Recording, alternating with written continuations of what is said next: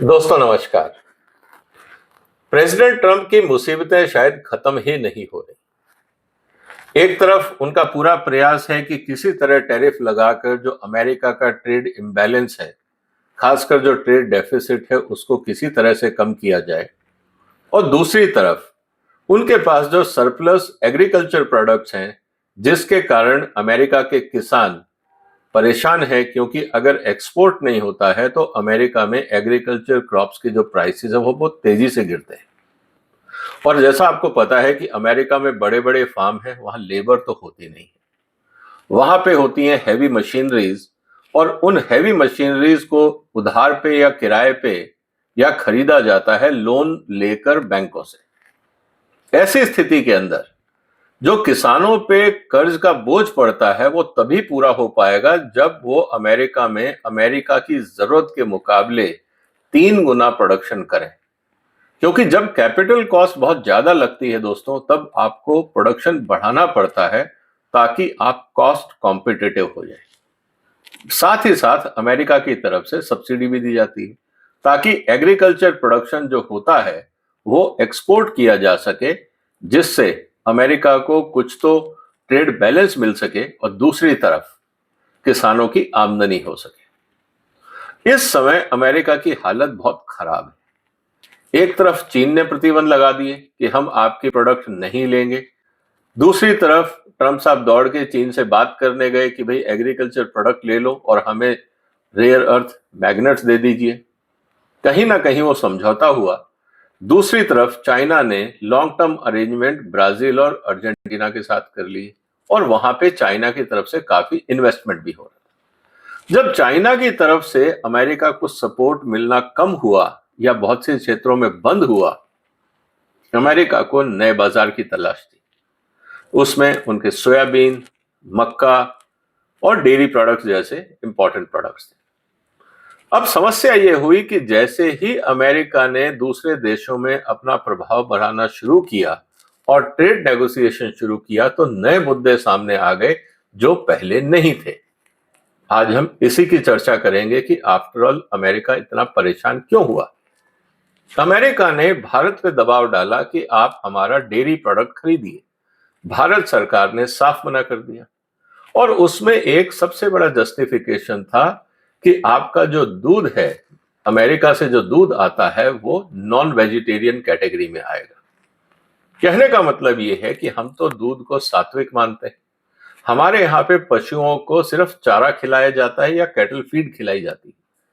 America या western countries में जहां पे स्लॉटरिंग होती है, जहां पे बूचड़ खाने हैं, जब आप स्लॉटर करते हो तो जो इंसान के खाने के लिए मीट है वो तो चला जाता है बाजार में या फैक्ट्रीज में, उसके प्रोडक्ट बनते हैं और मीट घरों तक पहुंचता है। लेकिन स्लॉटर हाउस के समय जानवरों के बहुत सारे ऐसे अंग और अवशेष होते हैं जो इंसान नहीं खाते। उनको फेंकना बहुत बड़ी समस्या है क्योंकि वो बहुत ज्यादा पॉल्यूशन करते हैं और उससे बहुत ज्यादा गंदगी फैल सकती है। इसीलिए हर स्लॉटर हाउस के अंदर एक रेंडरिंग प्लांट होता है। दोस्तों आप ये समझिए कि rendering plant like a pressure cooker, high temperature cooker. उसमें उस सारे प्रोडक्ट को, जो भी स्लॉटर हाउस से वेस्ट निकलता है, उसको उसमें डाल के हाई टेम्परेचर पे उसकी कुकिंग की जाती है ताकि उसमें जितने भी बैक्टीरिया हो वो मर जाएं और जो बचा हुआ मीट पोर्शंस हैं वो सारे के सारे स्टरलाइज हो जाएं एक हिसाब से, और फिर उसको पीस के हाई प्रोटीन डाइट के रूप में वापस जानवरों की फीड में मिला दिया जाए और उससे जानवरों को वापस खिला दिया जाए। तो एक हिसाब से ये क्लोज्ड लूप सर्कल बन जाता है। लेकिन अब समस्या ये है कि जो गाय दूध देती है, अगर वो मीट मील जिसको बोला जाता है, उसको अगर मीट मील खिलाया जाता है एज ए प्रोटीन सप्लीमेंट चारे के साथ, तो क्या आप इसको एक्सेप्ट करेंगे as a citizen of India? या हिंदू संस्कृति में, जैन संस्कृति में, बौद्ध संस्कृति में क्या इन चीजों को आप as a milk, vegetarian milk accept करेंगे? ये अपने आप में एक बहुत बड़ा विवाद बन गया है और इसी कारण भारत सरकार की तरफ से ये कहा जा रहा है कि जो आपके यहां से दूध आएगा, जो अमेरिका की तरफ से एक्सपोर्ट किया जाएगा, उसमें इस तरह का फीडिंग प्रैक्टिसेस है जो हमारी जनता के सेंटिमेंट्स को, भावनाओं को आहत कर सकता है, इसलिए हम आपको इसकी इजाजत नहीं दे सकते। अब ये एक सार्वजनिक रूप से, अगर मैं कहूं, सेंटिमेंटल और एक रिलीजियस डिबेट का मुद्दा बन चुका है। उसके अलावा हाल ही में एक कंट्रोवर्सी और सामने आई। आपको पता है कि बांग्लादेश का भी अमेरिका के साथ ट्रेड डेफिसिट का जो इम्बैलेंस है वो बांग्लादेश के फेवर में है। उसको कंट्रोल करने के लिए अमेरिका ने बांग्लादेश पे दबाव डाला। बांग्लादेश ने ये एग्री किया कि हम अपने यहाँ पशुओं को खिलाने के लिए आपके यहाँ से मक्का और बाकी जो एग्रीकल्चर फीड मटेरियल है वो खरीद सकते हैं।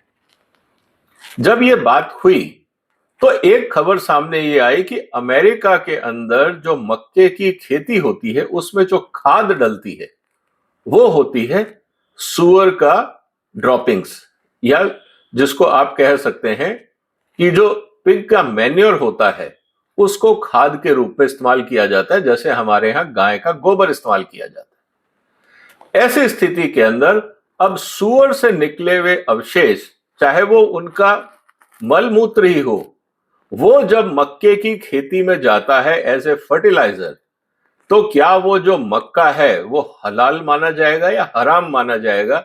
इसको लेकर एक डिबेट शुरू हो गई और इसको लेके जो रिलीजियस ग्रुप्स हैं उन्होंने अमेरिका के मक्के को बायकॉट करने का आह्वान किया है, क्योंकि ये एक हराम है और सुअर के बॉडी से निकले हुए अवशेषों से इसमें खेती होती है और पूरा का पूरा जो मक्के की फसल है वो कंटेमिनेटेड मानी जाती है, मतलब वो नॉन हलाल है।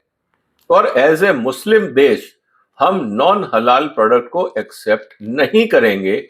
ये इस समय बांग्लादेश के सोशल मीडिया में बहुत तेजी से वायरल है। अब समस्या इस बात की है कि इसको आप कैसे जस्टिफाई करें। अमेरिकन सरकार का यह कहना है कि जब आप हमारा मक्का खरीदते हैं उसमें कहीं पे भी पिग का कोई रेजिड्यू नहीं होता, लेकिन अब सवाल इस बात का आ गया है कि जो आपका प्रोडक्शन मेथड है उसमें जो आप चीजें इस्तेमाल करते हैं, क्या वो हमारे देशों में हिंदू संस्कृति या मुस्लिम संस्कृति के अंदर एक्सेप्टेबल है? सवाल अब ये खड़ा हो गया है। तो जो बांग्लादेश में विवाद खड़ा हुआ है, तो अब मुद्दा ये बनेगा कि जितने बाकी मुस्लिम देश हैं अब वहां पे भी इस पे चर्चा शुरू होगी। तो करीब 50-54 जितने भी दुनिया में मुस्लिम देश हैं, क्या वो अमेरिका के एग्रीकल्चर प्रोडक्ट्स को अब एक्सेप्ट करेंगे? ये एक काफी बड़ा विवाद बन गया है। तो एक तरफ दूध को लेकर विवाद था, जो स्लॉटर हाउस का वेस्ट जाता था as a meat meal cattle feed industry के अंदर, उस पर विवाद हुआ और अब नया विवाद शुरू हो गया है एग्रीकल्चर प्रोडक्शन सिस्टम को लेकर, जहां पे भी सुअर की खाद का इस्तेमाल होता है।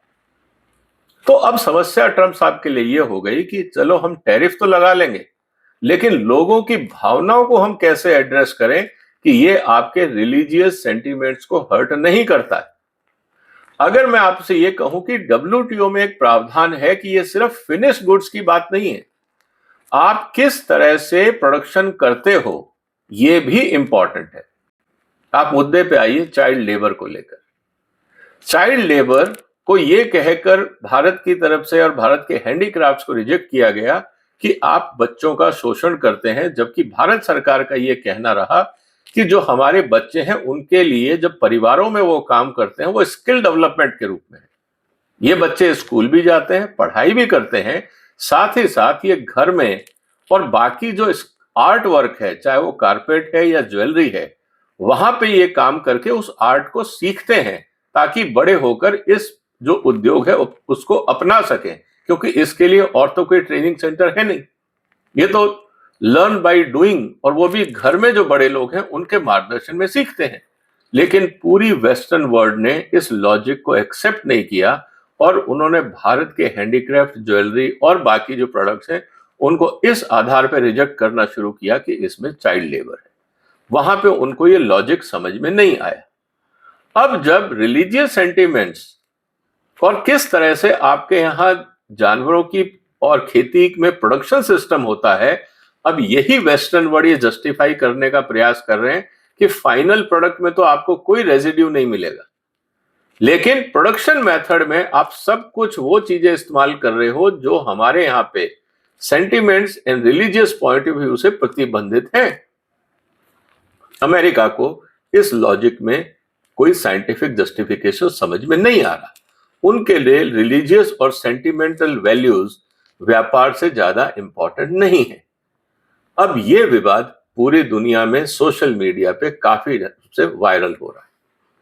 आपको क्या लगता है दोस्तों, क्या अमेरिका की इस दलील को कि हम प्रोडक्शन सिस्टम में कुछ भी डालें, आपको जो फिनिश प्रोडक्ट मिलेगा उसमें ना गाय के अवशेष होंगे ना सुअर के, आप उस प्रोडक्ट को एक्सेप्ट कर लीजिए, चाहे वो आपके सेंटिमेंट्स और रिलीजियस पॉइंट ऑफ व्यू से एथिकल है या अनएथिकल, उस पर मत जाइए, आप सिर्फ प्रोडक्ट को देखिए। क्या अमेरिका की यह दलील समाज को एक्सेप्टेबल होगी?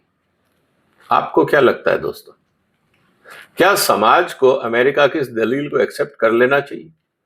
क्या जो चाइल्ड लेबर और बाकी जो मुद्दे थे, जब बाकी दुनिया उनको समझा रही थी वो समझने को तैयार नहीं थे, तो क्या अब जो अमेरिका की तरफ से दलीलें दी जा रही हैं, क्या समाज इसको एक्सेप्ट करेगा? आपके क्या विचार है दोस्तों? जो भी आपके विचार हो कमेंट बॉक्स में लिखिए और ये बताइए कि क्या मुस्लिम देशों को अमेरिका में जो मक्का और सोयाबीन सूअर की खाद से पैदा किया जा रहा है उसको हलाल समझ के एक्सेप्ट करना चाहिए या नहीं? जो भी आपके विचार हो अपने मुस्लिम साथियों से, अपने दोस्तों से चर्चा करिए और इस मुद्दे पर अपने विचार रखिए। ये एक इंटरेस्टिंग डेवलपमेंट है। ट्रेड में किस तरह से सेंटिमेंट्स और रिलीजियस फैक्टर काम करते हैं, ये दो क्लासिक केस आपके सामने। आपके कमेंट्स का इंतजार रहेगा। इस वीडियो को शेयर करिए, इस चैनल को सपोर्ट करिए, सब्सक्राइब करिए। फिर मुलाकात होगी एक और महत्वपूर्ण मुद्दे के साथ। तब तक अपना ध्यान रखिएगा। फिलहाल वंदे मातरम।